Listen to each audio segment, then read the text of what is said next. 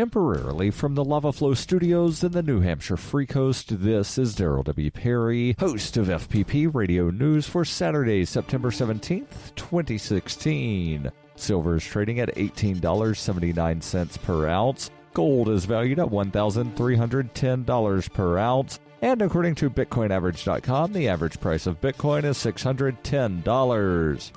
Antiwar.com reports a small group of U.S. Special Forces troops entered the Syrian town of al-Ray, already occupied by Turkish troops, and were quickly forced to flee the city amid vocal threats from the Free Syrian Army, FSA, accusing the U.S. of being crusaders and vowing to slaughter them. The FSA, of course, is the centerpiece moderate rebel faction of all U.S. cheerleaders of the Syrian Civil War and heavily backed by the U.S. throughout the war. They are also, interestingly, Turkish-backed and were indeed brought into this particular region with Turkey as part of the invasion. Yet all it took was a handful of U.S. troops, 5 or 6 according to some rebel sources, showing up to help Turkey with the planned invasion of nearby Al-Bab to rile up these moderates into threatening to kill the U.S. troops, credibly enough that they were actually withdrawn from the area. While a lot of the rhetoric at the rally demanded the U.S. pullout centered on them not liking Christians and believing Americans to be infidels, there is speculation that a lot of the anti-U.S. sentiment is because the U.S. is so closely aligned with the Kurdish YPG, who both Turkey and the FSA are planning to fight. Indeed, secondary reports indicated that Kurdish YPG forces are flying American flags over the town of Tel Abyad in an effort to try to dissuade Turkey from attacking certain targets within it. The Pentagon has warned against the practice, but while Turkey seems placated enough to work directly with the U.S. on their assorted wars in Syria, the FSA, for whatever reason, will brook no cooperation, at least in between accepting huge caches of CIA-provided weapons.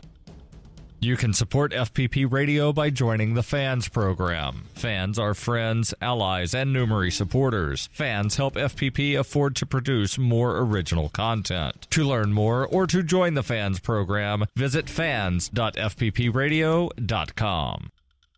UPI reports Indiana State Police are investigating after a private voter registration group filed registration forms that contain fraudulent information. The group, Indiana Voter Registration Project, has employed canvassers to walk the streets of Indianapolis and approach people to ask if they're registered to vote, according to the Indianapolis Star. If they are not, the self-described nonpartisan group then offers to register individuals by giving them a registration form. State police said officials in at least 2 counties have found 10 voter registration forms that had fraudulent information. The forms included a change of address for voters, but did not have other critical information needed to complete that change, including a social security number or date of birth. The practical effect, according to the Lafayette Journal and Courier, would be to enable the person committing the fraud to apply for an absentee ballot in the voter's name without their knowledge. A spokeswoman for the Indianapolis Voter Registration Project said they had actually notified county clerks about inaccurate or incomplete registration forms and asked them to follow up with the voters.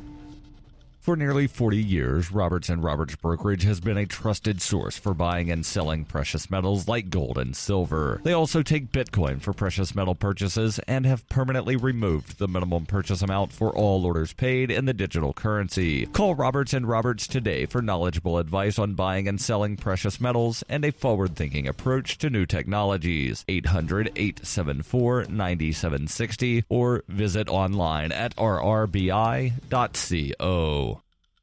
Reuters reports 6 guards at New York City's Rikers Island jail complex were sentenced on Friday to prison for the 2012 beating of an inmate that left him with fractured eye sockets and a broken nose. It was one of the highest-profile prosecutions brought against Rikers employees in recent years as city officials work to combat the violence and corruption that has plagued Rikers for decades. Justice Stephen Barrett in the Bronx Supreme Court handed the longest sentence of 6.5 years to Eliseo Perez, who was an assistant chief for security at the time of the attack. Perez told inmates, "Somebody's leaving in an ambulance tonight," before the beating on July 11th, 2012, according to prosecutors. Then Perez and a captain, Gerald Vaughn, ordered several officers to assault Jamal Lightfoot to send a message to other prisoners. Vaughn was sentenced to 5.5 years in prison. Justice Barrett imposed 4.5-year sentences on 4 other officers, and 2 guards were convicted in June of misconduct for helping to cover up the attack. They avoided prison on Friday and instead were each sentenced to 500 hours of community service. This has been FPP Radio News, online at fppradio.com.